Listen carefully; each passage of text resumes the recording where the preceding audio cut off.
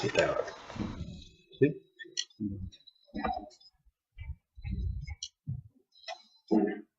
Hola, buenas tardes.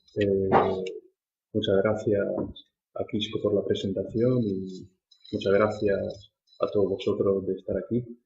Es un gran placer para mí poder volver a la universidad de Granada, que tanto me dio, en la que estudié. Es un placer poder estar ahora del otro lado, de compartir mis experiencias, de lo que hago ahora, a lo que me dedico. Y es un placer verdadero de volver a esta ciudad, a Granada, que como todos sabemos es una ciudad muy aburrida, donde no ocurre nunca nada, y donde uno solo viene por obligación y porque lo traen así del cuello, ¿no?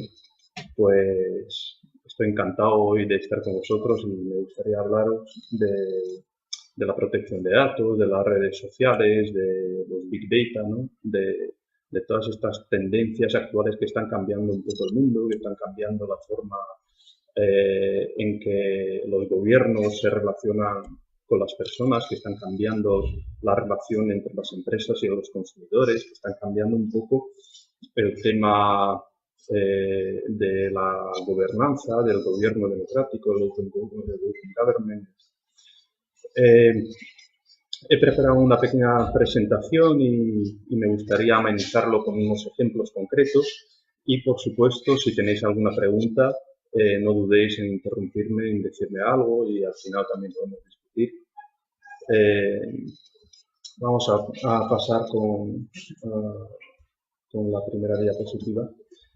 A ver, hoy en día hay cada vez más y más datos, ¿no? O sea, antes hablábamos de las bibliotecas como grandes centros de conocimiento, donde se acumulaban los libros, donde se acumulaba un poco el conocimiento que había a nuestra disposición.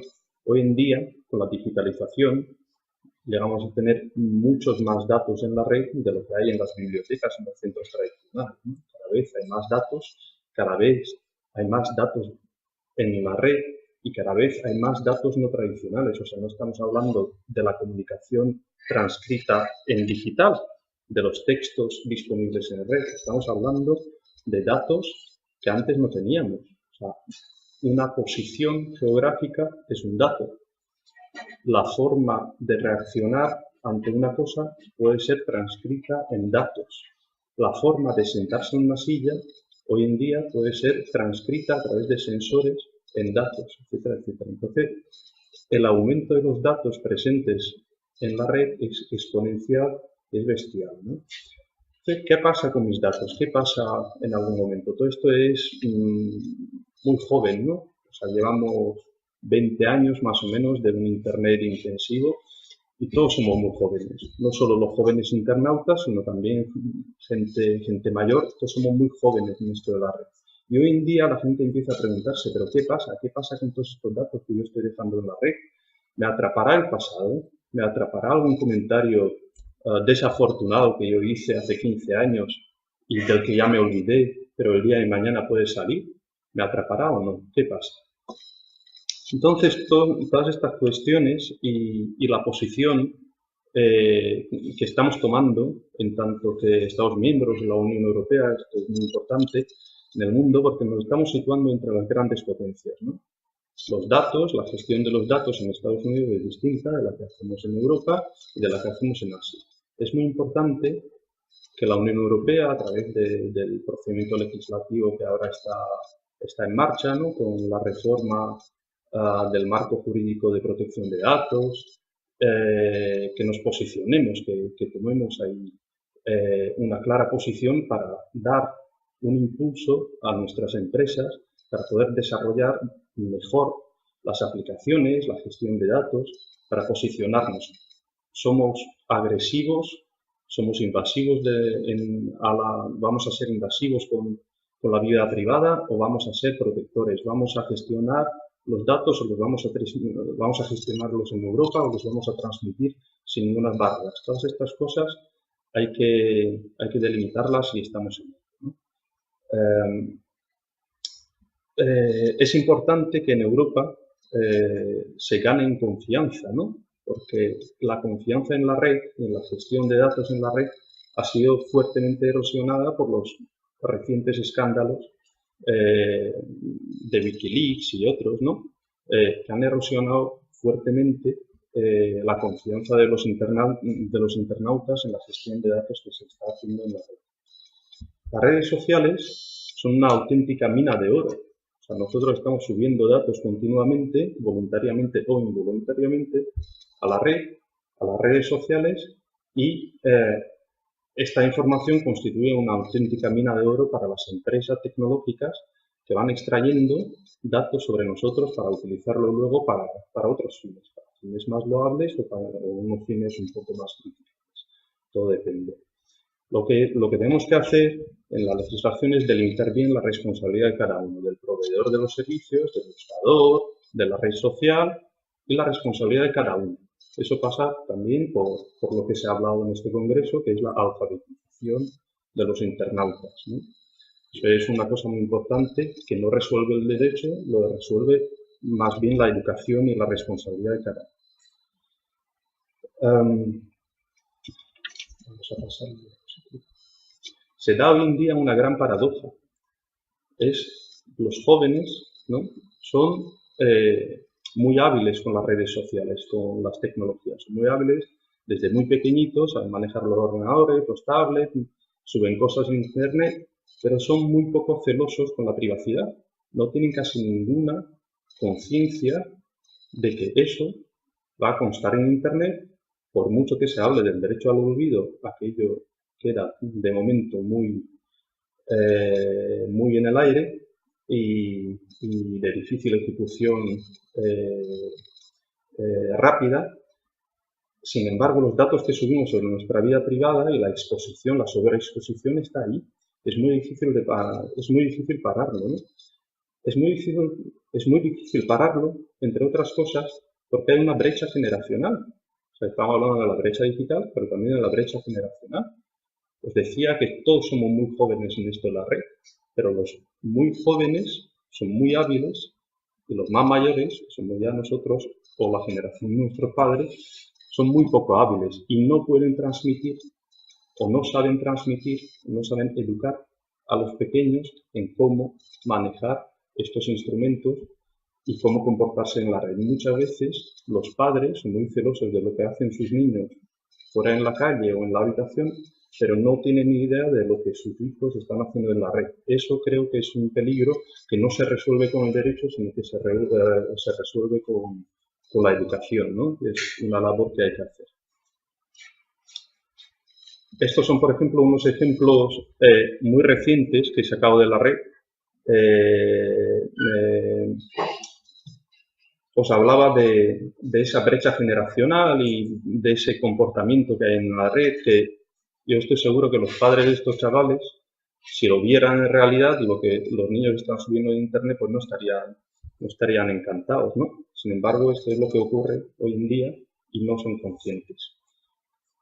Otro de los ejemplos, o por ejemplo, los comentarios que se dejan, los chistes, las bromas, que pueden parecer muy graciosas entre un grupito reducido de personas y que tienen una cierta gracia en unas ciertas circunstancias, al compartirlas en la red, pueden atraparnos en el futuro y no tener ninguna gracia cuando yo el día de mañana pida trabajo o vaya a solicitar un puesto de trabajo en una empresa y me atrapará un comentario de este estilo. O sea, esto puede ser muy fuerte y está ocurriendo hoy en día. ¿Cómo protegernos ante eso? Muy difícil. La nueva reforma, la reforma del marco jurídico de protección de datos, pues va a mejorar aspectos como el consentimiento, la información previa que se le va a dar al internauta, al usuario. Vamos a mejorar el derecho al olvido, hacerlo un poco más efectivo y sopesarlo con otros derechos fundamentales como la libertad de prensa, el derecho de expresión. Y se invertirá también probablemente la carga de la prueba para que no tenga que ser siempre el internauta el que pruebe la necesidad de procesar esos datos, ¿no? Estamos hablando mucho de los Big Data. Entonces, los Big Data, como os decía antes, hoy en día es casi todo. Todo puede ser digitalizado, todo puede tener un índice y estos datos se pueden combinar entre ellos, ¿no? Los métodos de recopilación de datos, con el aumento del poder de computación, se han mejorado muchísimo y hemos pasado de hacer, por ejemplo, estadísticas basadas en unas muy pequeñas, en ejemplos muy pequeños, en coger muestras de 1000 personas, de 2000 personas. Hemos pasado de tener esas muestras muy pequeñas pero muy precisas a recopilarlo todo tipo de datos y analizar, después elegir los datos que vamos a analizar. Lo recogemos todo y después vamos a analizar solo ciertos datos de todo lo que hemos recopilado. Hemos pasado de la precisión de la pequeña muestra a la imprecisión. Hemos pasado, o vamos a pasar en los Big Data, de buscar la causalidad, no vamos a buscar la causa, vamos a buscar la correlación. Ya no vamos a estar tan preocupados de preguntarnos el por qué, sino cuál es la probabilidad de que esto ocurra. Entonces, los Big Data. ¿Cómo influencian Big Data el marketing? ¿Cómo influencian? ¿Qué influencia tienen en los gobiernos? Eso lo vamos a ver a continuación. Por ejemplo, podéis coger lo que llamamos el marketing conductual. El marketing conductual hoy en día pues, está cobrando más y más fuerza porque dirigimos la publicidad en base a el tipo de dispositivo que estamos utilizando, el historial de búsquedas que hemos hecho previamente, los cookies que comunican entre ellos, los likes que hemos dejado en Internet, en las redes sociales. Vamos a analizar probablemente nuestra actividad anterior, vamos a utilizar información personal, el nivel de lenguaje que estoy utilizando en WhatsApp o en otros medios de comunicación. Todo eso se va a analizar y se va a determinar cuál es mi posición geográfica, dónde voy, qué hago, cuáles son mis hábitos. Se van a hacer interferencias de eso, se van a sacar conclusiones de eso. Se van a sacar conclusiones sobre mi nivel de vida, sobre mi nivel económico, sobre mi moralidad, qué establecimientos estoy visitando, dónde voy, mi confesión. Todo eso puede ser desvelado con mi actividad en la red o con mi actividad real, pero seguida, traqueada por los dispositivos móviles, ¿no? Esto hoy en día se utiliza para unas prácticas de fijación de precios individuales. No es lo mismo hoy en día en muchos servicios en la red conectarse, o sea, podéis hacer la prueba de buscar una habitación o un vuelo y hacerlo con un dispositivo u otro, un dispositivo donde os habéis conectado y habéis buscado un vuelo por la mañana, pero no lo habéis reservado y os vais por la tarde y lo intentáis, el precio va a ser probablemente distinto. Si os conectáis con un Mac o si os conectáis con un dispositivo de muy baja calidad, el precio puede ser distinto, todo eso cambia. Entonces, estamos ante una discriminación, todo eso depende. Pero estamos ante la fijación individual de precio sin tener toda la información disponible previamente y esto pues genera ciertos problemas jurídicos que se resuelven de momento con instrumentos no pensados exactamente para eso.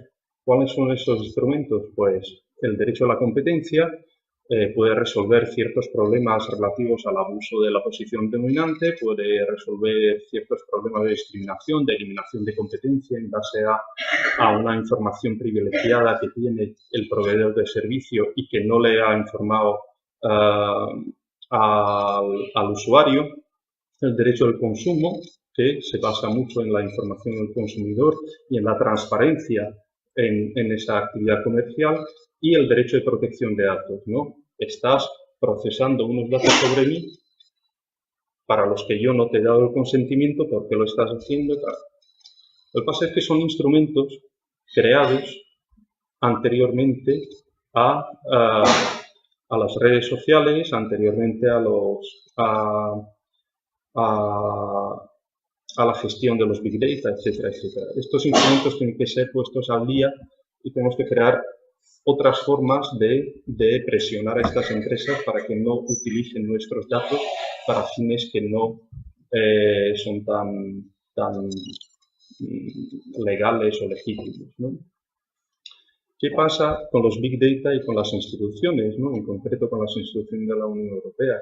Se nos critica muchísimo por el déficit democrático, por la complejidad institucional, por esa arquitectura institucional que es de muy difícil entendimiento, por esos procedimientos legislativos que son un poco oscuros, algo que uno sea especialista, por esa lejanía que constituyen esas instituciones con respecto a los ciudadanos, ¿no? Todo parece muy lejos, por ese populismo de los políticos que también cuando hay algo negativo la culpa se le echa a Bruselas y tal. Entonces el ciudadano no entiende, no participa. Eso es algo que, por ejemplo, las redes sociales, las plataformas en la red pueden ir solucionando poco a poco, pueden acercar al ciudadano a las instituciones, pueden permitir al ciudadano, a los jóvenes o a los mayores a participar, a decir qué es lo que opinan sobre una legislación, evaluar los impactos de una legislación, de una propuesta legislativa, etcétera, etcétera. Entonces,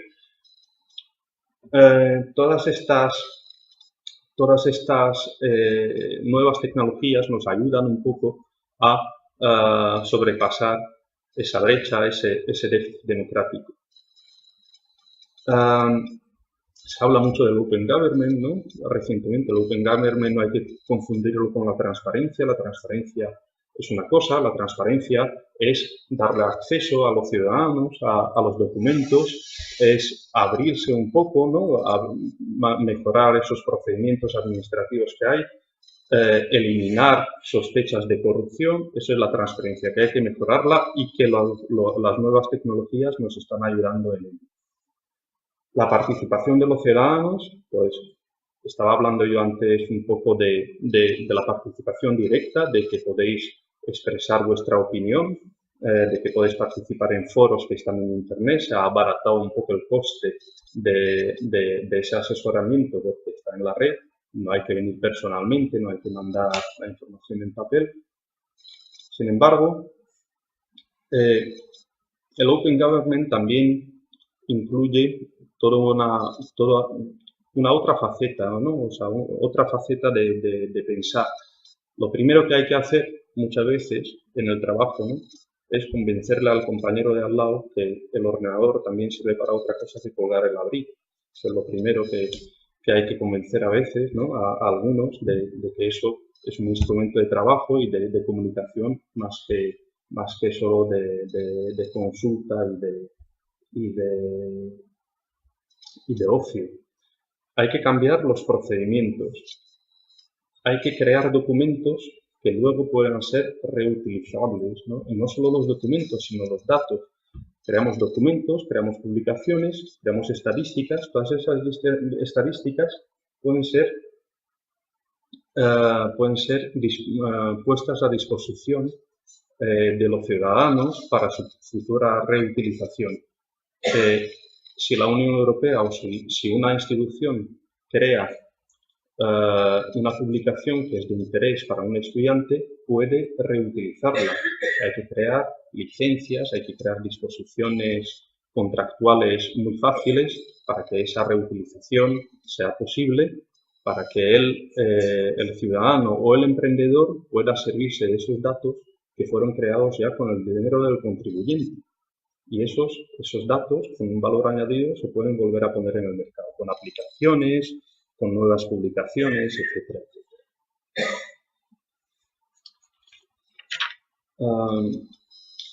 ¿Cuál es el papel que nos queda a nosotros en toda esta sociedad de la información, ¿no? Porque con los Big Data realmente estamos en la sociedad de la información.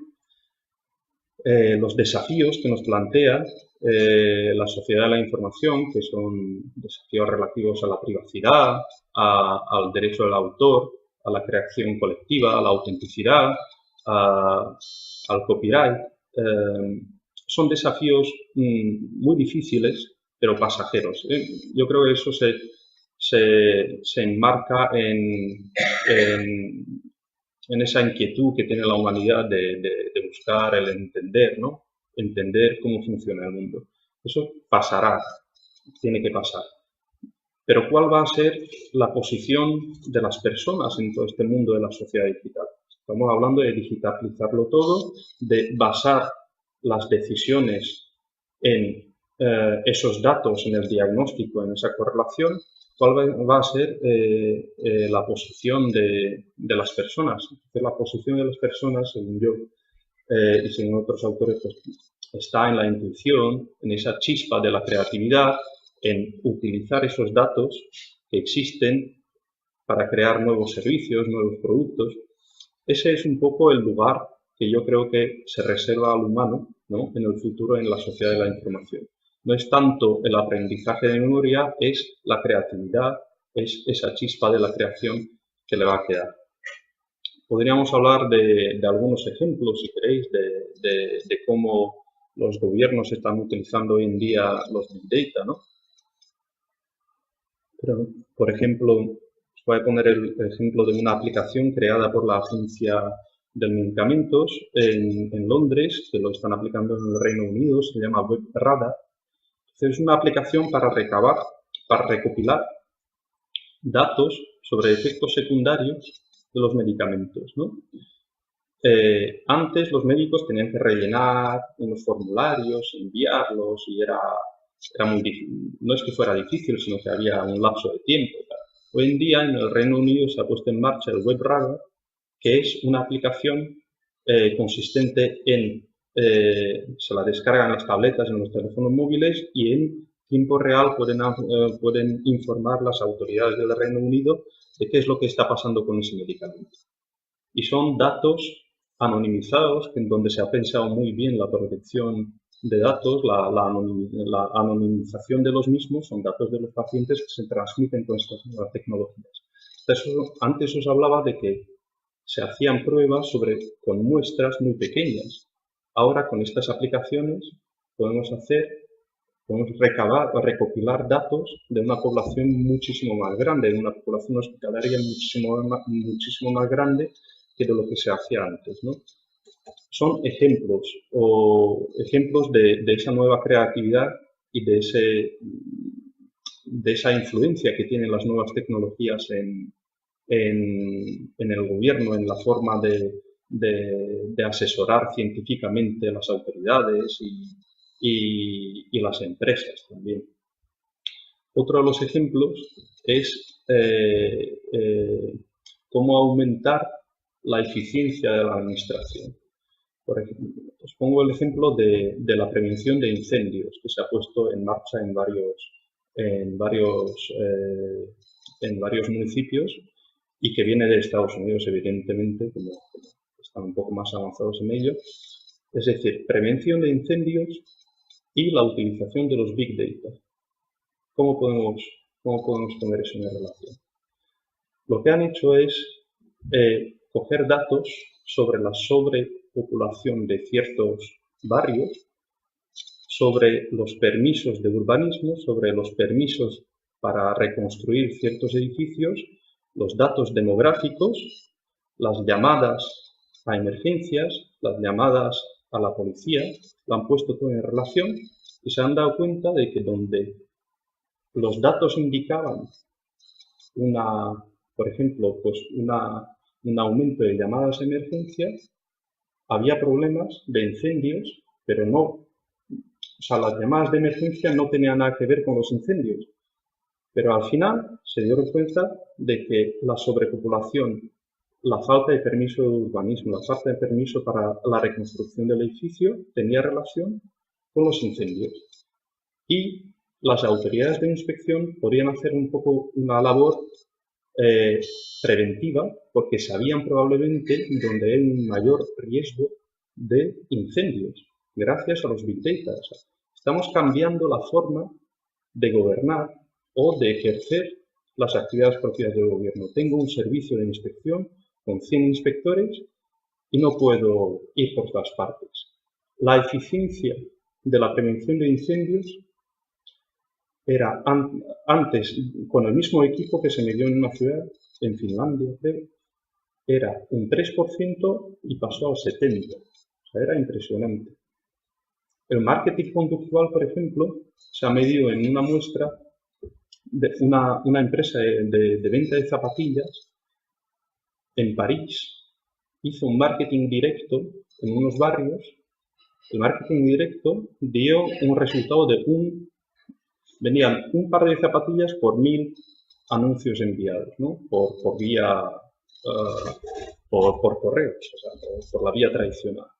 Después juntaron los datos de las redes sociales, de Facebook, de gente que subía datos sobre los circuitos por donde corrían, que le daban likes a las marcas. Sabían perfectamente que era gente dedicada a ese deporte. Hicieron publicidad directa, marketing directo, solo a esas personas. La venta de esas zapatillas concretas, que eran muy caras, destinada a gente no profesional, pero muy dedicada al deporte, era un par de zapatillas por cada 3 anuncios enviados. La utilización de los Big Data para el marketing directo, para aumentar la eficiencia de los poderes públicos, es enorme y está ahí. Está para que la gente, para que los emprendedores desarrollen esas nuevas aplicaciones y para que el hombre, con esa chispa de creatividad, pueda usarlos para desarrollar los nuevos servicios, ¿no?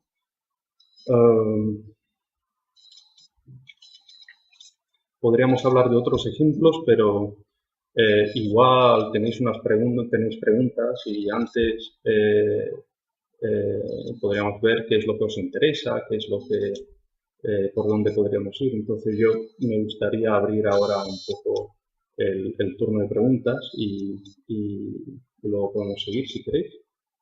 ¿Hay alguna pregunta? Gracias por tu exposición. Quería que me orientara respecto a lo que se está manejando, todo lo que se habla, que has puesto tú, sobre el Big Data y el Real Data. Pensaba que era como un paso más, ¿no? De decir, bueno, grandes masas de datos, ¿no? Y como pasa con Internet, que dice, bueno, hay tal sobre información que la habilidad es encontrar la información que realmente a mí me interesa. Eso es lo que está ocurriendo con el Big Data y con el Real Data. Sí. Lo que pasa es que con el Big Data pasa que hemos pasado de la precisión a la imprecisión. Porque es que no importa. Porque estamos midiendo la probabilidad. Entonces, la Raw Data, digamos que se aproxima un poco más a las estadísticas, a los métodos tradicionales. Es como, a mi entender, ¿no? Es como encontrar los buenos datos dentro de esa masa. Voy a poner el ejemplo, por ejemplo, de las traducciones automáticas. Si comparáis ahora el traductor de Google con lo que era el traductor de Google hace 10 años, pues no tiene nada que ver. Y es impresionante. Es impresionante. La traducción automática tiene raíces en un proyecto de IBM en los años 80, donde lo primero que hicieron era traducción de francés al inglés del Parlamento en Canadá, del Parlamento. Los dos textos, no tenían obligación en Quebec de publicarlo en los dos, los cogieron y los pusieron en relación. Dio unos primeros resultados. Bien. Luego se intentó coger los diccionarios y juntar los verbos. Ahora, juntar las palabras. Ahora, si solo aplicamos un diccionario y hacemos una traducción directa del inglés al francés o del inglés al español solo con el diccionario, es ininteligible. Aunque sean los mejores diccionarios, no vamos a entender el contexto, el texto, el mensaje no lo vamos a entender. ¿Por qué? Porque el lenguaje es muy complejo. Entonces, lo que se dieron cuenta es que al usar Big Data, al dejárselo primero a Google y luego a otros servicios, ¿no? Donde Google, ¿qué es lo que hizo? Digitalizó los libros. Se fue a ver todos los documentos de la Unión Europea en las lenguas, los puso en correlación. Se fueron a ver lenguajes, o sea, lenguajes dentro de una lengua. Cómo hablan los niños, cómo hablan los adolescentes, cómo hablan los adultos, personas mayores, correlación. Eso hoy en día está dando unos resultados por probabilidad. O sea, esos son los Big Data, pero claro, detrás hay unos algoritmos que solo los ingenieros de Google entienden. Y esa perfección de la traducción no hubiera sido posible si no hubieran encontrado esos algoritmos y esas probabilidades. Nadie entiende perfectamente el por qué, pero funciona, porque va por probabilidad. Eso es un poco lo que está ocurriendo con los Big Data. No sé yo ya muy bien en lo que preguntaba sobre Right Data, pero vamos en esa dirección, en entender menos las causas y el por qué. Esto ocurre porque sí, porque el humano es así. Entonces es la probabilidad. Otro ejemplo del uso de Big Data es la predicción de picos de epidemias. Las organizaciones de prevención de epidemias o de gripe, para predecir cuándo la gripe va a tener el mayor auge, pues tenían un retraso de aproximadamente 2 semanas, porque se basaban en los datos exactos, en las estadísticas enviadas por los médicos. Eso tenía un lapso de 1 semana, como mínimo. Entre que el médico rellena esos datos, los envía al centro, los procesa y tal, se tardaba. Entonces, la acción de prevención contra la gripe u otras enfermedades mucho más graves tenía ese retraso de 1 semana, 1 o 2 semanas. En el 2008, Google hizo una prueba y cogieron los datos sobre las búsquedas realizadas en Internet. Gripe, me duele la cabeza, no quiero ir a trabajar, no puedo, me siento mal, tal. Todos esos datos y vieron cuándo eso aumenta, cuándo hay más búsquedas de este tipo, lo pusieron en relación, compararon los datos de los últimos 5 o 6 años de los institutos de prevención, de los institutos de salud y se dieron cuenta de que esas búsquedas en Internet, esa preocupación de la persona, me duele la cabeza, ¿qué hago?, tenía que ver en realidad con esos picos que tenían las enfermedades. Y con eso fueron capaces de predecir. Ahora, si yo pongo en Internet, me duele la cabeza, ¿qué hago?, ibuprofeno y tal, no quiere decir que estoy enfermo. Pero si lo hacen 200 millones de personas, es probable que haya un pico de epidémico, ¿no? Esos son los Big Data, que no son basados en la causa. O sea, yo a lo mejor estoy mirando por qué me duele la cabeza y qué hago para el futuro, pero probablemente otros tantos no, porque hay una gran probabilidad. Ahora, esa probabilidad puede ser fácilmente desvirtuada, ¿no? ¿Con qué? Con campañas publicitarias, con información en los medios. Google también se ha equivocado ya muchas veces. Decía, no es que va a ocurrir esto. No fue así, porque había solo un boom de una tendencia en los medios y la gente estaba haciendo las búsquedas no porque había una causa, sino porque estaban muy influenciados por los medios. Ese es un poco el peligro de los Big Data. Ahí está el lugar del humano, creo, el lugar de las personas, de tener la intuición y el sentido común, de poner en perspectiva, de verificar. Eso es muy peligroso a la hora de hacer decisiones automáticas. Por eso marco jurídico sobre la protección de datos, las decisiones automáticas siempre tienen que ser revisables por los humanos, ¿no? Es decir, si yo hago ciertas cosas en Internet o en la realidad y el banco me rechaza un crédito y el seguro me rechaza darme una póliza, a lo mejor se están equivocando porque están procesando unos datos que ellos tienen, porque es la máquina la que lo está haciendo con unos algoritmos. Pero a lo mejor se está equivocando y por eso esa decisión automática debería ser revisable siempre por un equipo humano. Esa es un poco la labor que tiene, ¿no? En los seguros es muy peligroso porque hoy en día los seguros, cogemos el ejemplo del seguro del coche.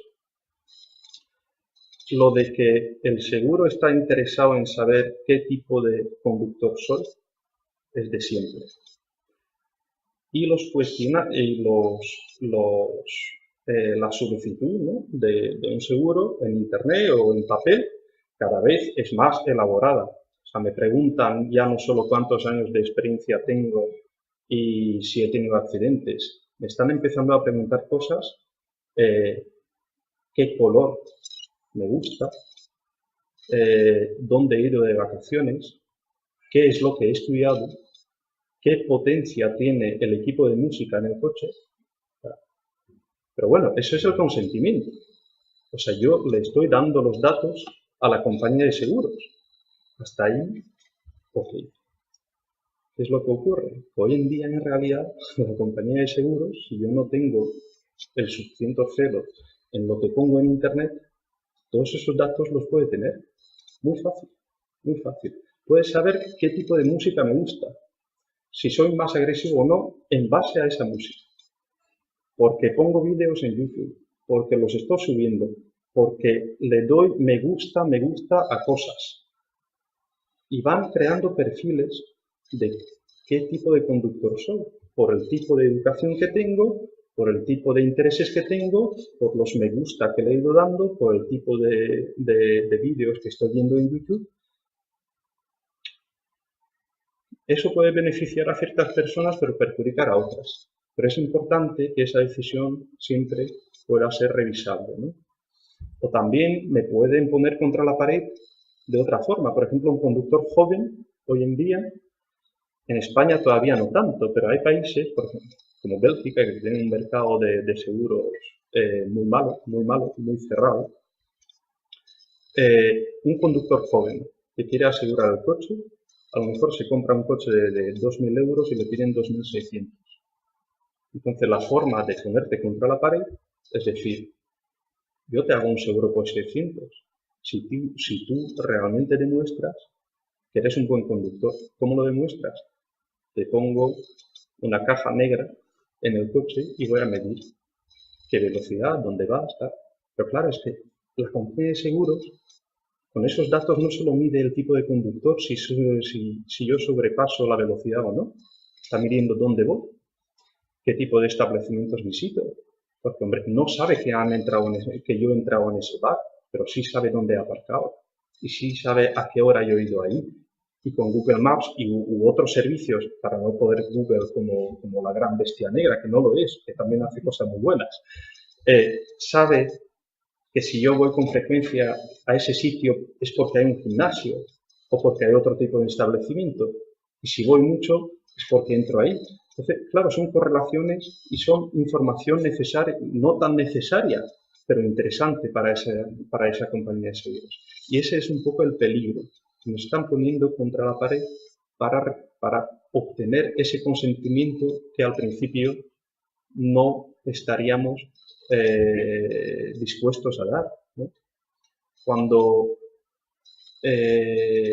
un proveedor de email me está preguntando todo el rato cuál es tu número de teléfono, es por tu seguridad, y 25 veces le digo no,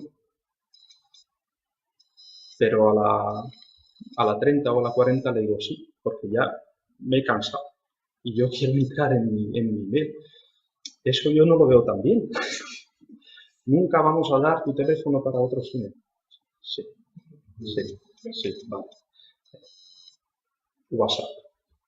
Es gratis. Pero claro, es que WhatsApp sabe todo lo que decimos. El lenguaje que usamos.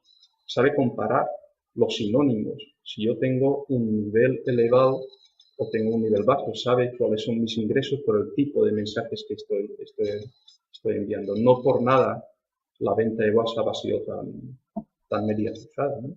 La compró Facebook. ¿Por qué? O sea, no es por tener un servicio gratis. O sea, en la vida nada es gratis y hay que valorar también eso. Pero bueno, la protección yo creo que está en la fuente, ¿no? En lo que uno mismo da y luego en el derecho. Quisco quería preguntar algo. Quería preguntarte sobre esto. O sea, primero yo tengo claro que luego todo eso se vende, ¿no? Que luego tú hagas una cláusula y que dices, no, yo no voy a utilizar tu, pero muchas veces sin saberlo estamos dando el consentimiento, siempre está la segunda casilla, ¿no? Porque pone, primero una es acepto y la segunda suele ser acepto que esto además se lo den a las compañías del grupo, a otras, es decir, ya se acabó. Eso ya acaba, sabe dónde tus datos, todo lo que ha dado ahí, ¿no? El tema es cómo funciona un poco yo tengo la curiosidad de cómo funciona la compra-venta de Big Data, ¿no? O sea, me imagino que eso quién tiene más, Google, Facebook, como los gigantes, ¿no? De la información, luego se lo venderán, ¿no? O sea, si yo tengo una empresa que quiero saber qué, eso lo venderán también. ¿Cómo funciona eso? Y no hay ningún control sobre eso. No veo que haya un control sobre eso legislativo ni de otro tipo, ¿no? Es que acaba eso, claro, como es una masa de información, claro, no hay ya buscar ni nada concreto, sino una masa de información. Es que es muy difícil. Hemos dicho antes que los instrumentos de control, los instrumentos jurídicos son anteriores a las redes sociales. Entonces, claro, no fueron pensados, pero eso ocurre siempre. Eso yo creo que con el derecho es muy difícil, muy difícil.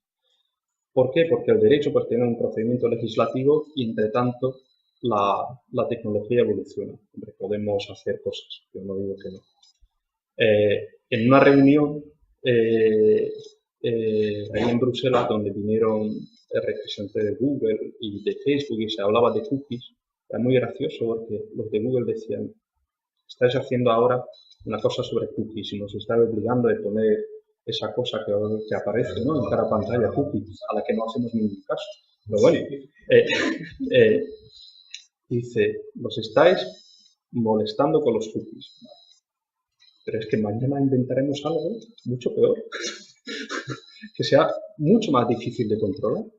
Entonces, claro, esa es un poco, que es el bu de Google, pero no pasa nada. Pero quiero decir que el derecho siempre irá detrás. Es no porque tenemos un buen derecho penal, la gente deja de delinquir. No, no es eso. La transmisión de datos puede ser un poco más enmarcada por el derecho. Cuando yo le doy mis datos a una empresa, en el futuro me gustaría que esa empresa me dijera muy claramente qué es lo que va a hacer con esos datos, si los va a transmitir a terceras personas o no. Eso lo hemos conseguido más o menos en papel. Cuando recibimos la publicidad, dice, ¿está usted de acuerdo en que yo transmita luego los datos? En el mundo virtual es muy difícil, de momento. Vamos a ver si lo conseguimos. Esa transmisión, esa venta, es difícil, pero yo creo que pasa más bien por la educación de las personas. Es decir, si yo no estoy de acuerdo en que esos datos circulen demasiado, primero no los subo y ya circularán menos. Y luego el derecho complementará la parte de infracción, ¿no? Cuando ya la infracción es demasiado grave y ya, pero claro, es que el procedimiento infractor pues, tarda mucho más que lo de no subir fotos comprometedoras, lo de no dar demasiada información. Pero bueno, la transmisión de datos es un tema en el que el consentimiento y la obligación de dar información previa debería ser mucho más controlada y mucho mejor establecida en la legislación. Hoy en día, Facebook vende esa información, Facebook, Google y otros. O sea, siempre estamos hablando de los grandes, pero no son solo esos. Luego estamos data brokers, de los que nadie sabe, pero que hacen esa labor atrás, ¿no? Y lo hacen para muchas otras empresas. La primera vez que Facebook se dio cuenta del potencial que tiene de tener un perfil una especie de páginas amarillas de todas las personas del mundo, la primera vez que se dieron cuenta fue con la venta de una canción. Ya no me acuerdo de qué grupo, pero era un grupo de música que le preguntó a Facebook. Yo tengo una canción sobre los cheerleaders, ¿no? Me gustaría venderla. ¿Qué hago? Y Facebook dijo, pues yo creo que te puedo ayudar a venderla bien, porque voy a coger todos los perfiles en los que aparece algo sobre los cheerleaders. Entonces, todas las niñas que son cheerleaders y ponen fotos y son identificadas como cheerleaders, toda la gente que le ha dado un like a un vídeo de cheerleaders, tal, fue destinatario de publicidad sobre ese álbum, sobre esas canciones sobre cheerleaders. El éxito fue bestial, más de 1 millón de ventas. Eso estamos hablando de principios de Facebook. O sea, el marketing directo basado sobre información personal que estamos dando está ahí. La gente debería estar un poco más consciente, ¿no?, sobre eso. También hay signos positivos, ¿no? Por ejemplo, con esto de Wikileaks y otros escándalos últimamente, las empresas se están dando cuenta de que no todo lo que es gratis, no todo lo que es barato, es precisamente seguro. Y la seguridad se está evaluando mucho más. Y de hecho, empresas finlandesas o alemanas están sacando partido a esos escándalos. Por eso os decía antes que el posicionamiento de la Unión Europea y la unificación del mercado, hacer de verdad un mercado común de telecomunicaciones con la agenda digital, etcétera, es muy importante y es el momento para posicionarnos en el mundo. Porque los servicios, los clouds, ¿no?, el almacenamiento de datos en la nube, de momento las grandes empresas están en Estados Unidos. Pero claro, allí sometidos a toda la legislación del gobierno antiterrorista que pueden rastrear todos los datos. Eso nos está dando una pequeña ventaja competitiva, un pequeño nicho para los emprendedores europeos, y se están creando empresas, están resurgiendo empresas. Por ejemplo, Nero, la gran empresa alemana que antes era el software de excelencia para grabar discos, que ha ido disminuyendo, ahora ha encontrado ese nicho. O sea, tiene servidores por toda Europa, sobre todo en Alemania, y está creando esos servicios de cloud computing securizados y conforme a la legislación europea. Y estamos viendo que están viniendo de empresas de fuera. O, por ejemplo, Luxemburgo, país del que se habla muy poquito, y porque ellos quieren que se hable poquito, por el tema del dinero, de los bancos y tal, que el dinero es lo primero, ¿no?, lo más cobarde cuando se habla mucho de ellos, que no quieren que se hable de ellos, pues tienen los bancos, pero ahora están abriendo el tema de empresas vinculadas a la hiperprotección de datos, al cloud computing hipersecurizado, a los datos de empresas, a guardar secretos empresariales, pero súper securizados donde nadie puede entrar.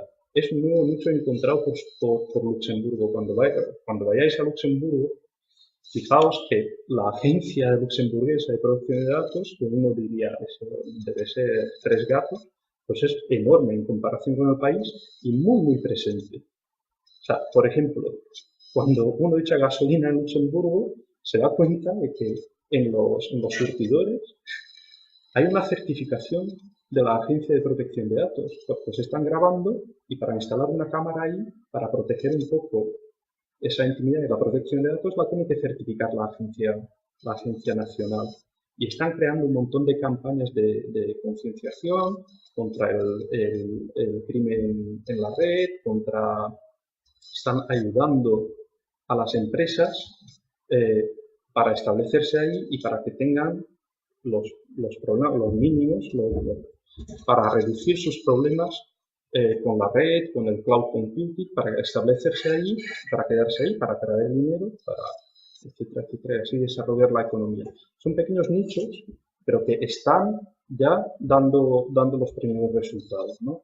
Yo creo que es muy importante que Europa se posicione, que Europa unifique de una vez por todas el mercado digital que no puede ser que tengamos todavía hoy en día, ¿no? Cargos de roaming, que no sepamos qué legislación se aplica en el IVA o que sea muy difícil para un emprendedor de identificar bien, a ver, es que he hecho una venta en este país, ¿qué IVA aplico en aquel? Entonces tengo que pagar otro régimen. Todo eso tiene que ser unificado paulatinamente, mejor antes que después, para crear ese mercado, ese nuevo mercado basado en la confianza, en reconstruir esa confianza en la protección de datos, en la fluidez de esos datos, que no tengamos miedo de que esos datos cuando cambian de un país, de un país miembro a otro, pues no pasa nada. Cuando es un problema es cuando pasan fuera de la Unión Europea. Y estamos viendo los primeros resultados. Por ejemplo, en Estados Unidos hay un sistema de autorregulación para las empresas que quieran prestar servicios en Europa, porque muchas veces para transmitir datos y usar ciertos servicios que están en Estados Unidos, gente tiene miedo o simplemente no puede, porque transmitir esos datos de los clientes fuera de la Unión Europea, con el marco actual y con el futuro, va a ser muy difícil, ya que el proveedor del servicio está en Estados Unidos, por ejemplo, y no cumple la legislación europea. Entonces se ha creado ahí, se están dando cuenta, se ha creado el Safe Harbor. Entonces el Safe Harbor es un sistema de autocertificación de que yo estoy procesando, yo, empresa americana, estoy procesando los datos conforme a la legislación europea. Estamos creando esa tendencia, ¿no? Y eso es bueno, eso yo creo que es muy bueno para la economía y hay que aprovechar, ¿no? esa tendencia, no hay que dormirse, no hay que dejar. Ya veremos lo que ocurre. Pero la venta, para responderte, me he ido un poco, para responderte todavía, no lo sé o sea, yo no he podido comprobarlo, pero hablando con cazatalentos y hablando con gente de grandes empresas de recursos humanos, me han dicho que sí, que los perfiles se compran. O sea, que hoy en día es posible. Ahora, para contratar a una persona normal, no vamos a comprar el perfil exacto de cada candidato. Ahora, conforme uno va subiendo en la escala, por lo visto sí es posible comprar datos de historial en Facebook. Es que, claro, cuando uno se abre la cuenta en Facebook o en Google, lo que aparece es algo que es un poco engañoso, que es el procesamiento de vuestros datos es conforme a la política de privacidad. Y cuando vimos política de privacidad decimos, bien, lo han pensado, o sea, es conforme, están protegiendo mi privacidad porque hay una política de privacidad. No, es que es conforme a la política de privacidad de Google, política de privacidad de Facebook, que dice, todo lo que me das es mío, básicamente. Es que me hace, claro, el papel de la legislación europea está en eso, en evitar esa confusión, es engañar al consumidor, es decirle, política de privacidad y todos contentos, que bien, no, dime los rasgos principales de tu política de privacidad y ya veré si contrato o no contrato, ¿no? Pero no, política de privacidad o declaración de confidencialidad y todo, y contento, confidencialidad, lo han pensado, qué buenos son. En la confidencialidad dicen, sí, ¿no? Si tus datos están muy bien con nosotros, está fenomenal, estamos aquí y tal, para crear tu perfil y vendérselo a X. Y eso es lo que hay que cambiar, es el engaño al consumidor o esa falta de claridad, ¿no? Pero sí se están vendiendo los datos. Una cosa que yo planteé en ese sentido antes, era un reduccionismo como nadie lee, o sea, todos los días los mismos se toman los cookies y dicen sí, aceptas para instalar cualquier cosa, lo que te digan, o sea, eso arma al demonio, las herramientas hasta aquí, sabe que creación, no ha leído nada, no quiere ser, hubiera algún tipo, no sé, como propuesta legislativa, ¿no? de reducción que uno supiera, ¿no? Como un tipo, nosotros trabajamos señales de tráfico, cosas, ¿no? Bueno, política de privacidad, ¿no? Sí. O sea, la de la búsqueda del kit, voy a contar a todo el mundo, ¿no? La de, no sé, que uno supiera que hubiera un reduccionismo de que dijera, mira, si es la A, pues sé que mis datos van a estar ahí, lo van a vender a todo el mundo, no sé qué, o sea, que le estoy dando información a quien quiere, ¿no? Si fuera como uno pudiera, o sea, de forma muy intuitiva, decir, bueno, tiene una restricción de seguridad alta, media, baja, una cosa así, que luego, si quieres, tú tuviera la explicación, ¿no? Legislativa, o sea, que no, luego te la llega ya y ya lo supieras, ¿no? O sea, si es la alta, ya sé que mis datos no van a estar, no sé qué, si es la media, pues que me da igual, oye, vende mis datos, haz lo que quieras con ellos, ¿no? Una cosa así, porque nadie se lee todo una comunicación, o sea, nadie se ha leído, o sea, alguna vaya, alguna vez, porque estamos, oye, pues me voy a leer a ver qué dice lo de Facebook, me echa la mano a la cabeza, o sea, el caso de gente que ha publicado un vídeo en internet que se vuelve viral, no sé qué, y de repente ya, oye, que vas a ganar dinero, y después ya vas a decir, no, que esto es mío, que lo has publicado en Facebook, esto es mío, esto no es tuyo, tú ya me lo has dado, ahora me das el dinero, y claro. Se queda ¿no? desinflado totalmente y no, aquí está tu contrato, que le has dado acepto y tú has dicho que esa imagen es mía, que tus vídeos son míos, pues si es mi hijo de 3 años, eso es mío. Tú me has firmado el contrato, ¿no? Tú me das mi servicio, me has firmado el contrato, me has tenido los datos, pues sí. Es un poco eso. Aunque el nuevo marco jurídico pues dará un poco más de estabilidad, ¿no? O de claridad en ese sentido. Sigue siendo parte de la política judicial, leerte 15 páginas, nadie va a leer. Tiene que ser algo más sencillo e intuitivo, que la gente luego sepa lo que significa. Lo que pasa es que hay otro problema. Aquí hay un problema que los economistas lo definirían mejor y hay un concepto de la economía, ¿no? que yo ya no me acuerdo de él, pero es un poco la ignorancia o la ignorancia consentida, ¿no? Es decir, no quiero saber. No, es que los beneficios de ese servicio, de momento, o por lo que yo creo, superan mi celo de la privacidad. O sea, es que sí, se van a invadir mi intimidad, pero es que ya lo sé, pero me importa, pero poco. Me importa poco porque yo lo que quiero es estar en Facebook y tener muchos amigos. Esa ignorancia consentida está ahí. Y yo creo que el papel está en la educación, en cambiar eso. Las fotos que os he puesto me los ha facilitado un amigo que es hijo de unos amigos de aquí de Granada y es muy gracioso porque hace unos meses estuvimos hablando y su hermana me mostró otras fotos que tiene en Twitter, que no las he puesto. Fotos muy interesantes de niñas de 15 años, o sea, rozando un nivel de erotismo bastante elevado, o sea, de 16 y tal, no lo digo porque yo esté interesado en esas fotos, os lo digo por preocupación como padre, ¿no? Es decir, ahí va, con 15 años está ocurriendo esto, sí. Pero es que la preocupación de la niña no era que sus amigas ponen esas fotos.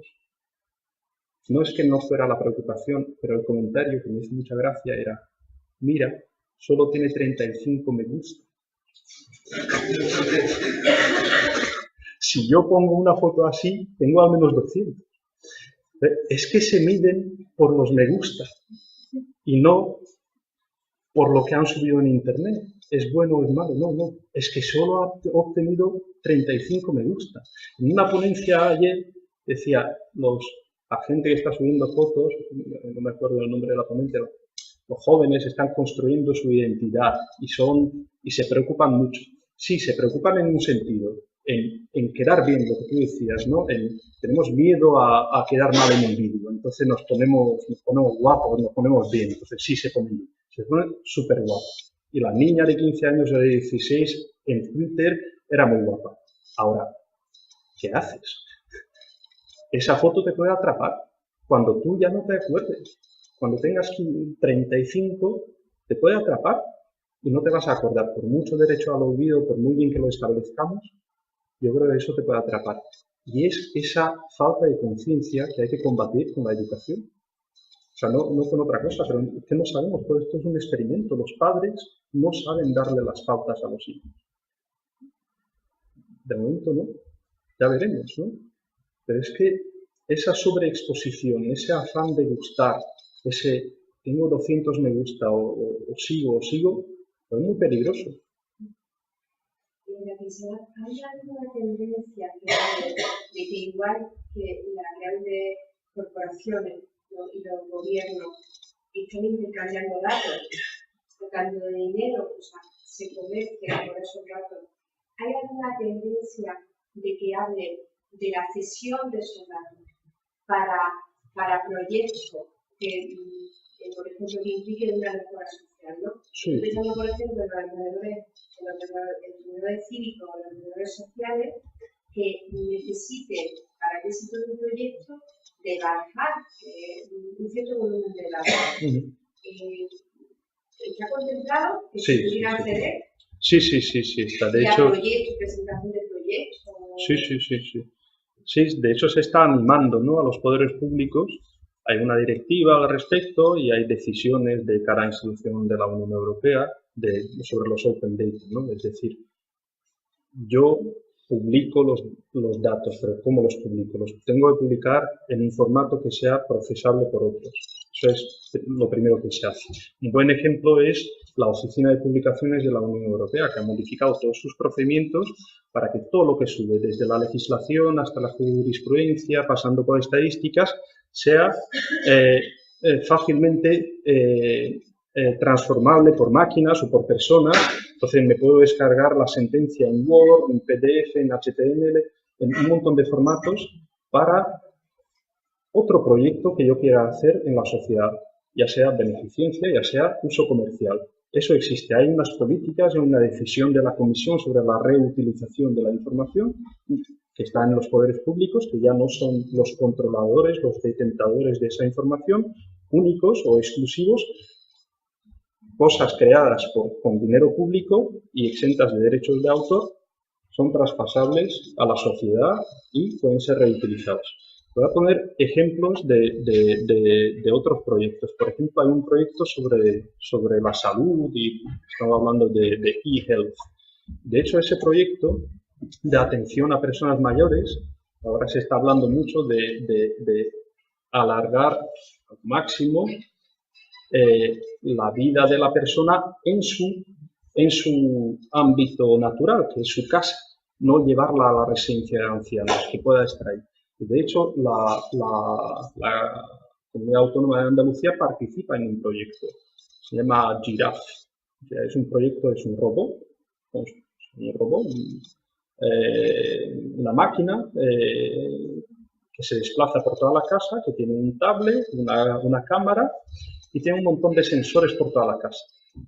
Y la Junta de Andalucía, con Italia, con otra universidad en Dinamarca, están haciendo ese proyecto muy bonito de utilizar los datos de esas personas mayores para crear tendencias y para mejorar esos servicios. Es decir, en concreto, ¿cómo funciona este proyecto? Este proyecto funciona como pongo sensores en distintos sitios, en la nevera, si está abierta o no, en los hornillos, ¿no?, si están abiertos o no, en la puerta de la casa, está cerrada o no, en la cama, que mide la tensión, que mide la respiración de la persona,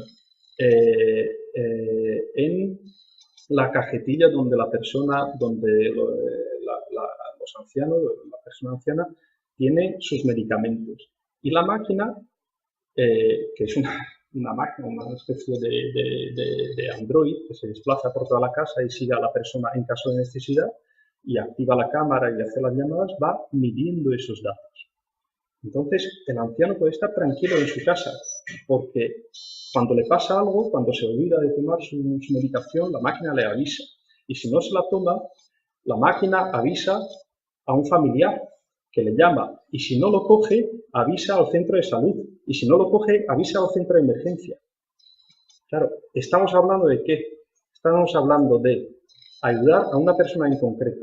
Al mismo tiempo, al ser un proyecto de investigación, esas personas han cedido los datos anonimizados para analizarlos y para para mejorar ese servicio. O sea, con este experimento, con estos big data que se cogen de todo, de tensión, de probabilidad, de tener un accidente, a qué horas tienen normalmente los accidentes, qué medicamentos se les suele olvidar, cuál es su diagnóstico, todo eso anonimizado, sirve para mejorar esa máquina, para mejorar esos servicios, y vamos a conseguir en el futuro que esas personas sean menos dependientes y que requieran menos servicios oficiales de salud. Estamos hablando del abaratamiento de costes gracias a los Big Data.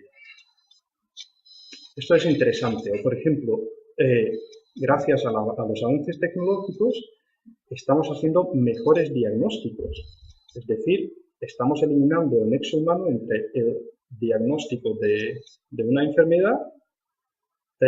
Tengo estos datos, esta radiografía, estos análisis clínicos, esta es mi apreciación y este es el resultado. Lo estamos automatizando, estamos eliminando ese recurso humano que se puede dedicar a otra cosa. No lo estamos eliminando solo para reducir costes en absoluto, sino que esa persona se podrá dedicar a otra cosa que con las necesidades de los servicios de salud están ahí. Pero estamos eliminando ciertos gastos ya no necesarios gracias a los Big Data o gracias a los avances tecnológicos. Eso tiene un peligro porque hoy en día los médicos están diciendo, yo es que hace 20 años mi apreciación era mucho más valorada, ahora lo tengo que comprobar todo con datos. Claro, los Big Data están cambiando la forma de ejercer una profesión. Es que, os decía antes, los Big Data van a cambiar, no digo todo, pero casi todo. La forma de hacer la compra, la forma de que las empresas se dirijan a nosotros también para nuestro bien. O sea, ¿para qué me estáis mandando publicidad de bolsos? Cuando yo lo que quiero es comprar en un lote, ¿no? Entonces, están mejorando los servicios de salud, están mejorando la atención a las personas mayores.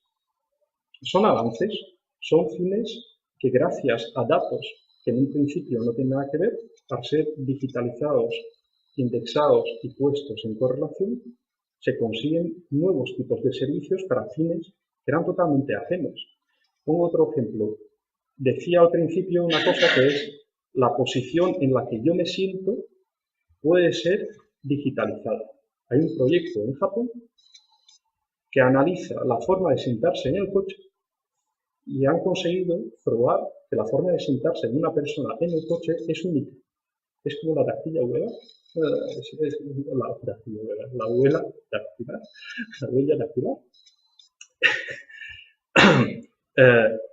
La forma en que yo me siento en el coche, analizada por sensores, determina que yo estoy ahí, pero también puede determinar si estoy demasiado cansado o no. Entonces el coche me avisa si debería tomarme un café o no. El coche avisa a la policía porque hay una persona que normalmente no se sienta en ese coche y está haciendo un trayecto que normalmente esa persona no hace. Entonces probablemente ese coche ha sido robado. Más si yo lo denuncio. O sea, el análisis de forma de sentarme, la digitalización de esa forma de sentarme, determina, da unos datos. O sea, yo, la forma en que me siento, la inclinación del asiento, en sí no dice nada. Puesto en conjunto con el mapa y las horas, los horarios, puede decir muchísimas cosas de mí. Se está patentando eso para la segurización, para vendérselo a las empresas automovilísticas, para implantarlo como una medida de seguridad. Ya lo vamos a ver pronto en los coches de lujo, y después pues ya veremos dónde lo vemos. IBM tiene patentado la digitalización del suelo.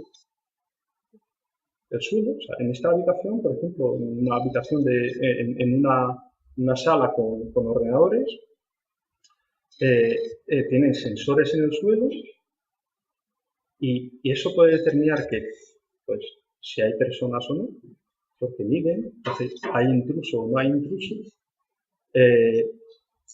determinar cómo las personas se mueven por una sala o por el supermercado, ver dónde yo tengo que poner los productos porque las personas tienen estas pautas de moverse por mi supermercado. Es una información muy valiosa para ciertas empresas, para prevenir riesgos laborales, para poner los productos que quiero vender a la vista para muchas cosas, para prevenir incendios. El suelo, digitalización del suelo, que en sí no dice nada, puesto en correlación con otras cosas, da ideas. Ahí está la persona, ahí está el emprendedor para coger esos datos, procesarlos y ofrecer un servicio nuevo, novedoso, que a lo mejor abarata los costes de vigilancia, etcétera, etcétera. Ahí está, o sea, estamos ante una gran cosa. La sociedad de la información con los Big Data realmente viene a ser la sociedad de la información, ¿no? El peligro es cuando ya nos pasamos. Por ejemplo, a la intuición, decía que era importante dejársela a los humanos. Hoy en día tenéis servicios, tenéis productos ya en el mercado que podéis instalar en la habitación del bebé y que os dicen cuando el bebé tiene hambre. Por eso dicen, por ejemplo, que es un límite, que no debería pasarse. ¿Por qué? Porque interfiere con la educación del bebé. Si yo sé antes que el bebé va a tener hambre por los sensores que hay, porque miden los movimientos del estómago, el volumen, no sé exactamente cómo funciona, pero ya está en el mercado.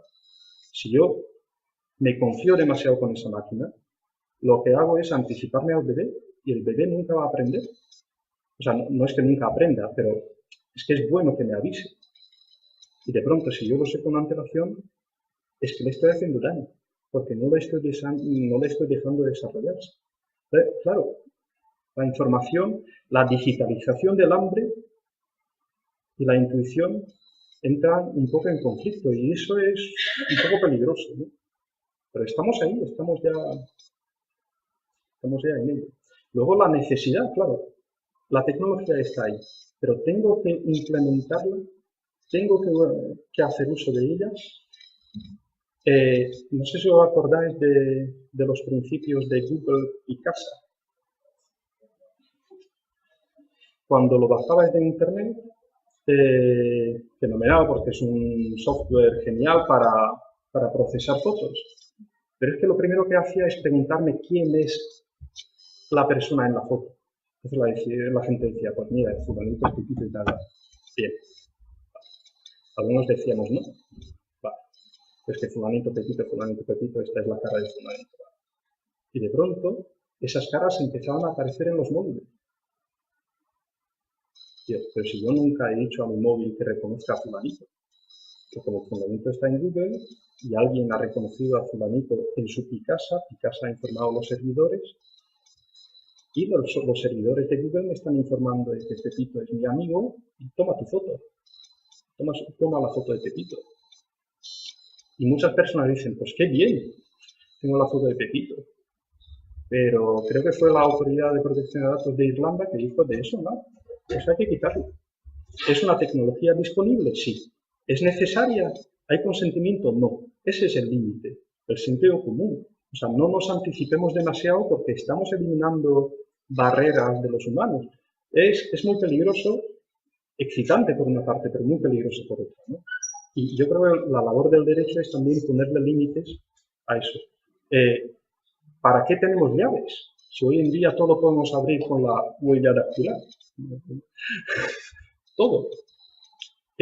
Por ejemplo, en las instituciones, como el delegado a la protección de datos, eso lo quisimos implementar y al final en la reunión de todos los DPOs hemos dicho, no, pues no es necesario. Hombre, es necesario para ciertos servicios. La Dirección General de Competencia, en ciertos ámbitos, pues necesita tener un acceso hipersecurizado. Bien, la Agencia Espacial o la Agencia Galileo, que manda satélites al espacio, necesita identificar con mucha precisión las personas que entran. Muy bien, tenéis la huella dactilar. Ahora, que yo entre en mi edificio con huella dactilar, es posible, la tecnología está ahí, pero ¿es realmente necesario darle al empleador, a mi empleador, mi huella dactilar para entrar en el edificio? La intuición, el sentido común, ahí está también la defensa, ¿no? Esos son los límites en los que nos estamos moviendo. No sé si hay alguna pregunta más, porque estamos ya a punto de cerrar. La verdad que como estamos, por lo menos yo estoy absorto aquí, pues, pero sí va siendo ya la hora de cierre. supongo que pues, agradecemos entonces a Rafi, porque Rafi, igual que soy ícono, ya he visto que la gente me llama, pues, y es de agradecer, ¿no? Que tengamos esa confianza también, y ese trato, porque eso nos quita, ¿no? La parte académica que creo que está justificada porque la gente la trae, ¿no? Y cuando hablan, creo que queda claro porque están aquí. Le damos las gracias, aparte de un aplauso ya de cierre.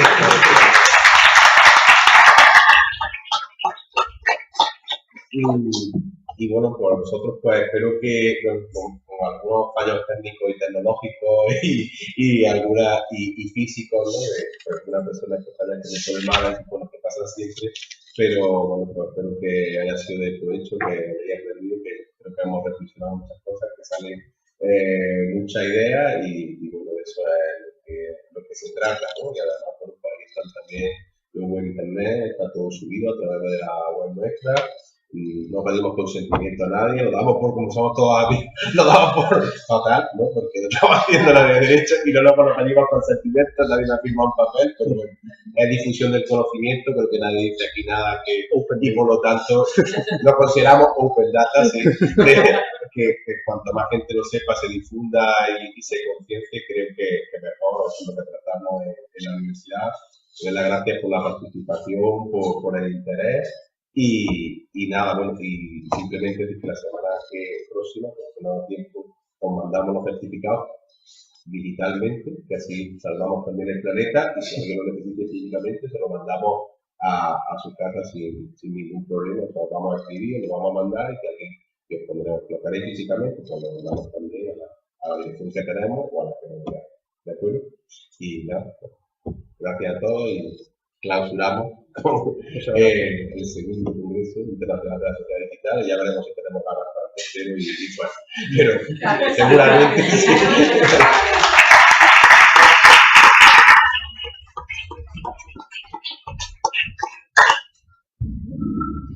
Una foto con vosotros, que la tomamos también así.